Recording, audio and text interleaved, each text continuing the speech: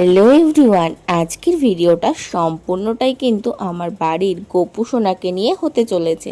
তো সবাই শেষ পর্যন্ত দেখতে থাকো।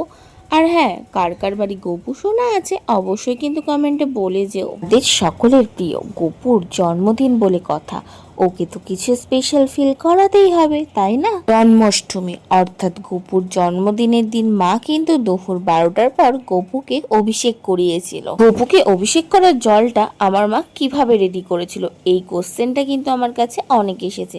তো চলো এই ভিডিওটাতে তোমাদেরকে বলে দিচ্ছি। প্রথমত মা নিয়েছিল গঙ্গার জল, কাঁচা দুধ, ঘি, মধু আর 108টা তুলসী পাতা।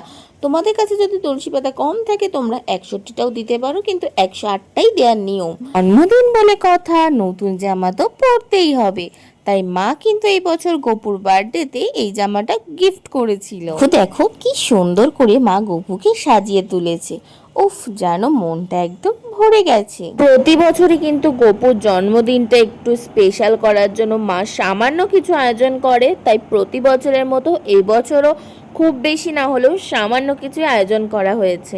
আমি জানি যারা আমার ভিডিও দেখো তারা তো জেনেই গেছো অলরেডি আমি একটা নতুন ফোন বাই করেছি, তার ভ্লগ খুব তাড়াতাড়ি আসতে চলেছে আমার চ্যানেলে, তার জন্য অবশ্যই কিন্তু সাবস্ক্রাইব করে রাখতে হবে। বাই দ্য ওয়ে, তোমরা যারা যারা গেস করতে পারছো আমি কি ফোন কিনেছি অবশ্যই কিন্তু কমেন্ট করে জানিও। এটা ছিল গোপুর জন্মদিনের দিন সন্ধেবেলায় আমি, মা, সাথে বনুও সকাল থেকে উপোস করে গোপুর জন্য সামান্য কিছু আয়োজন করেছি।